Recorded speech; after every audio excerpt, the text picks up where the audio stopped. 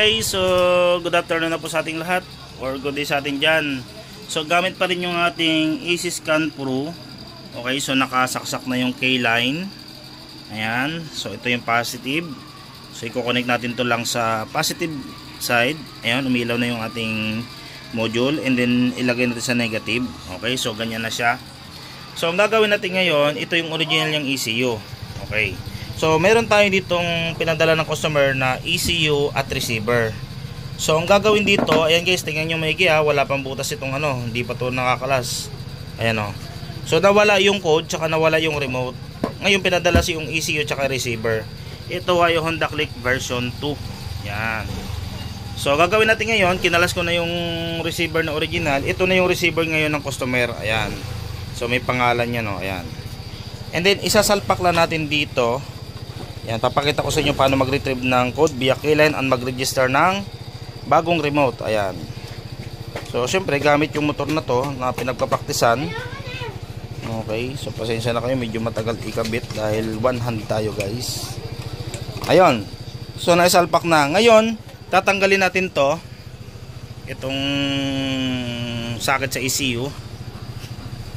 Ayan. And then ilalagay natin ngayon yung bagong ECU, yung ECU ng customer. Yun yung receiver niya, ito yung ECU, ilalagay natin diyan. Okay. Ayun, so naisalpak na. Kukunin kasi natin yung code via K-line. So nakasalpak na siya ngayon sa K-line at nakasalpak na yung positive negative. Ang gagawin na lang natin, ilagay natin to dito sa positive. Ayan. Okay. At ngayon, papasok na tayo dun sa ating apps. Ayun. Okay.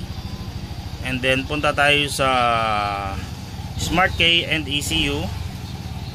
Ayan. Kita pa yung mukha namin dyan sa reflection. And then punta tayo sa Read ECM ID. And then click natin yung start. Okay. So gagawin lang natin yan, nakikita nyo dyan sa menu na yan. Tutusukin dito guys, tulad ng nakarang kong video. Tutusukin natin tong side na to. Abutin natin yung pinaka pin. Ayan o.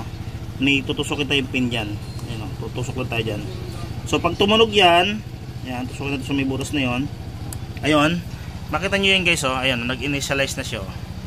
Makukuha na natin yung kanyang ECM ID. Ayun. Ayan nyo. So pwede natin tanggalin na yan. So pag nakuha natin yung ECM ID, pwede na tayo mag-register ng bagong remote. Kasi nawala na natin yung code, nawala din yung remote. Okay? So ganoon lang kabilis. Sobrang easy na lang. Okay? So ngayon, pupunta na tayo doon sa pagre-register ng remote gamit yung ating mga talento at yung ating Easy Scan Pro. Ayan, di ba? Easy to retrieve, easy to diagnose. Yan. Easy to reset ECM ID. Okay? So doon tayo sa next step. Okay, so yun, ready na yung ating remote. Ayun. So gagawin natin ngayon dito, i-off lang natin yung remote. Ayun, so naka-off na siya sa red, nasa red light na siya. So ngayon, pupunta tayo sa ayang code na yan. Magja-jumper tayo ngayon dito. Ayun no. So itong wire na to, yung red na nakalagay sa gilid ng battery, ayan no. Gagamitin pa rin natin ito. So ito ay positive, tutusok lang natin diyan para magkaroon siya ng jumper. Pwede naman mag-wire din tayo diyan, lagyan ng wire, i-jumper natin sa battery, pero ayan, ganyan na lang muna gawin natin. Ayan, naka-connect naman na yan. Okay. So after natin mailagay yan, ipapasok na natin yung code natin. Okay, sabit natin dito sa ating lagayan. Okay. Nagkataon naman ng guys sa gumagawa ko ng tutorial at dumating yung sa customer na to. So naka-off yung remote guys ha. Lagay lang muna natin dyan. Okay. So idadial natin ngayon yan. Long press ang K hanggang lumabas yung K sign. So unang code ay 0, wala tayong pipindutin hanggang sa next beep. Ayan. Sunod ay 9. 1, 2, 3, 4, 5, 6, 7, 8, 9. Next 0. Pag beep, wala tayong pipindutin hanggang sa next beep nya. Next natin ay 6 pag beep nyan. Okay. 1, 2, 3, 4, 5, 6. Next ay 1. 1. Next ay 3. 1, 2, 3. Next ay 3. 1, 2, 3. Next ay 4. 1, 2, 3, 4. Next ay 5. 1, 2, 3, 4, 5. Kapag may tumunog na dito, okay? So on na natin yung ating yan. Nag-steady na yung remote natin. On natin ito. At wala yatang tumunog, no? O na over tayo. On natin to. Ayun, tapos on natin susian. Ayun. And then umilaw na yung remote. Okay, so ibig sabihin kapag umilaw yung remote, so naka-pair na siya. Gagawin natin ngayon, tatanggalin natin itong socket na yan. At patayin natin. Testing natin yung feedback. Ayun. Ayan, nagpi-feedback na siya. Okay? And then on natin to. Ayan. So pag pinindot natin yung trigger, mag-on na yung susi and then ma-on natin yung motor. Yan na siya. Okay na. Ngayon, hindi siya ma-andar gawa ng hindi pa nakakabit yung socket natin.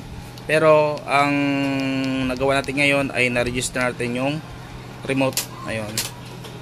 So ito guys, may problema pa tong ECU na to. So ikakabit ko muna sa socket kasi ang receiver na to ay hindi match dito. So meron yung beep mamaya, kakalasin ko muna yung socket ito. Papakita ko sa inyo guys ang next step natin gagawin, okay? So importante na i-register natin yung remote doon sa receiver. Ayan o. Yes, ayan siya. Okay? Try ulit natin. Ayan, so pag naka-off, yan, hindi siya nag-response. Pag naka-on, working na siya. Okay, doon tayo sa next step niya. Okay, so good news. Ito. 'Di ba kapag hindi match yung receiver at yung ECU luma, dapat tutunog siya ng mahaba katulad ng video ko nakaraan. Ito guys, automatic na pala siya pag gamit yung tools. Ang kaganda sa tools natin. So kapag nag-retrieve tayo ng code at nag-register tayo, automatic nagre-renew na yung code. Kaya pag nung kinabit ko na yung socket, ayun oh, sa ilalim, nung kinabit ko siya, pag pindot ko, ayan, naka-red pala. On ko lang. Ayan. Ayan. So, nag-on siya. Pag open ko, ayun na, gumagana na yung pump. At i-start na yung motor. Na hindi na siya nagbibip ng mahaba. So, yung kagandahan na update ni EasyScan. Pag retrieve, automatic renew na siya. Okay? So, ayan na siya guys. Okay na yung andar ng motor. Oh.